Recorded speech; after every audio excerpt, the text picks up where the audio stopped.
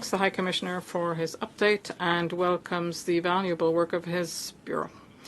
In India, we call on the government to take effective measures to protect minorities and uphold the rights to the freedom of expression and the freedom of the media. In Serbia, we are concerned by the recent violence during demonstrations. Switzerland encourages all parties to demonstrate restraint. We moreover call for the upholding of the right to the freedom of peaceful assembly.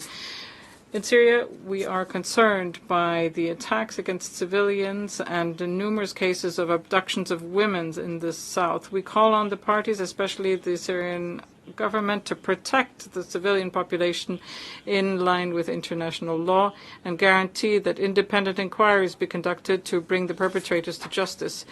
In Turkey, Switzerland calls on the government to fully guarantee the right to freedom of expression and peaceful assembly. We emphasize the importance to protect human rights defenders as they carry out their work and exercise their rights, and to ensure that no measure is taken against them for that. In terror and tragedy. Mr. President, we would also like to respond to the surprising, shallow and ill-informed remarks made by Switzerland, a close friend and partner. As it holds the UNHRC presidency, it is all the more important for Switzerland to avoid wasting the Council's time with narratives that are blatantly false and do not do justice to the reality of India. Instead, it should focus on its own challenges, such as racism, systematic discrimination, and xenophobia.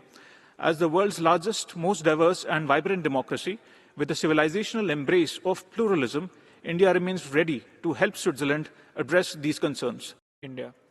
We are compelled, once again, to address provocations from a country whose own leadership recently likened it to a dump truck.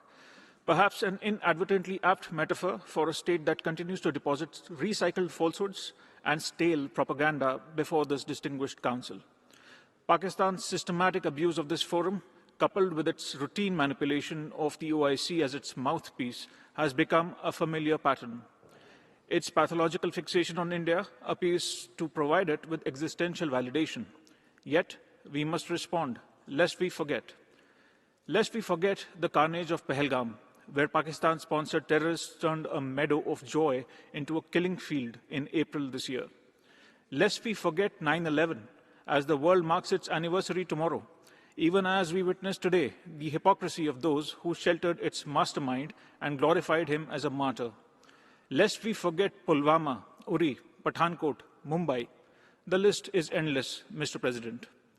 Yet, Pakistan demonstrates the audacity to take the floor today, feigning moral outrage while continuing to finance and shelter the very networks that threaten global security.